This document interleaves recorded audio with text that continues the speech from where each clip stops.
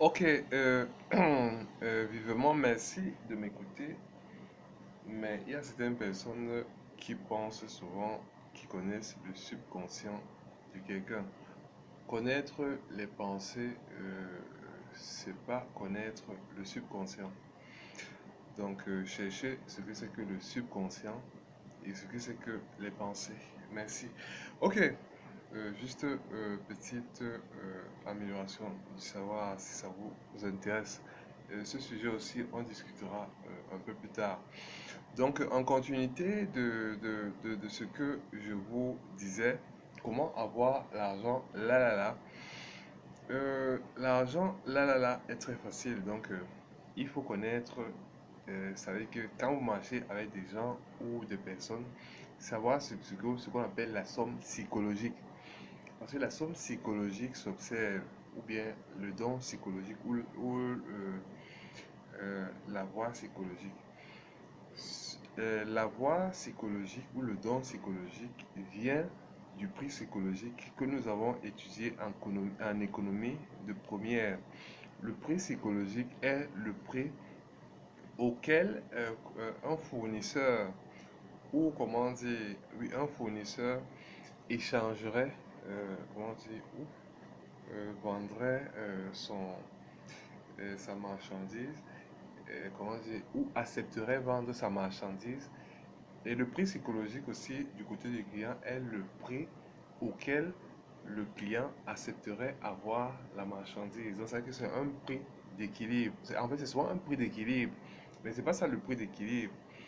Le prix d'équilibre, c'est le prix, comment dire, parce que le prix auquel moi j'achète n'est pas le prix auquel euh, on appelle ça comment, le fournisseur vend. C'est le prix d'équilibre, c'est l'entente entre nous deux. Par exemple, moi je veux vendre un pain peut-être à 500 francs, bon à 5000. Et quelqu'un, lui, il veut l'acheter à 4000. Donc celui qui veut acheter le pain à 4000, c'est son prix, pour lui c'est le prix psychologique. Et celui qui veut vendre à 5000, lui c'est son prix psychologique.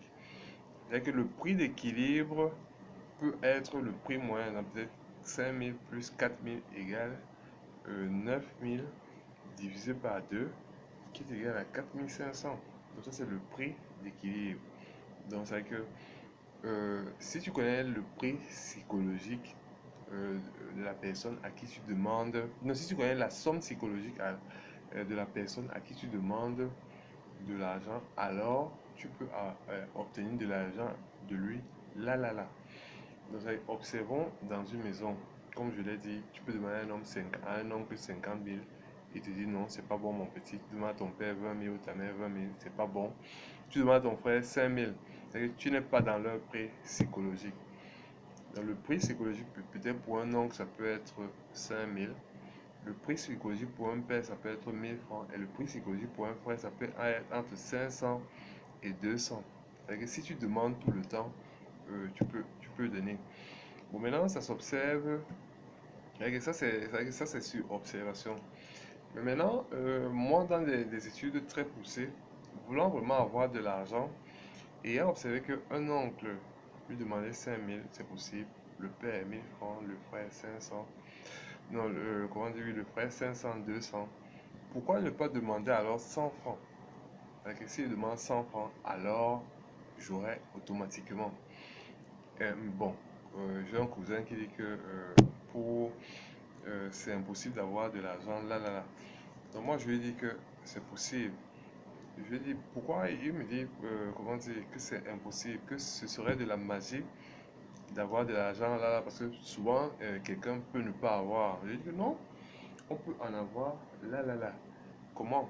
Moi je lui ai dit comment moi je lui ai dit il me dit comment?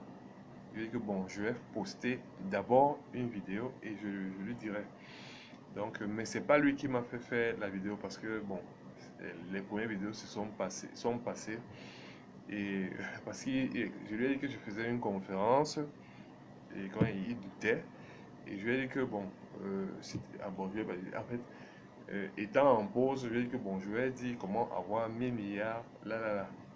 Donc, Commençons d'abord par dire que ce que je fais, c'est de l'ingénierie financière. C'est-à-dire que c'est une science, c'est un art de faire des montages financiers.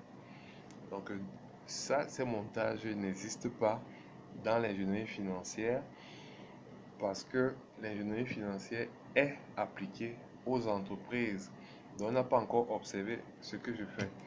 Le seul fait d'ingénierie financière qu'on avait observé, c'est peut-être les emprunts ou peut-être les formes pour avoir de l'argent, comme peut-être la facturage et tout, et tout, et tout, et tout. Donc, parlant du financement. Donc, moi, j'ai découvert, comment dire, toujours par rapport à ça, de l'emprunt. Donc, c'est un peu ça. De l'emprunt, le don et l'aide. Donc, c'est où je me suis attardé.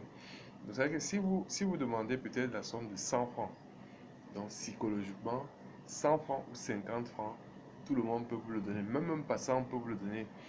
Mais ça relève de la mendicité. Donc, il serait idéal d'emprunter.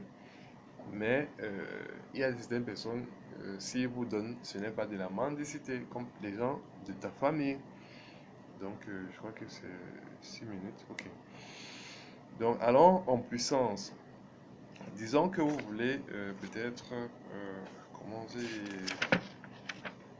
allons en puissance, vous voulez peut-être 5000. Donc, vous voulez 5000 là, là. Donc, 5000, si vous, comme on a dit, 5000, vous demandez 100 francs compris psychologique.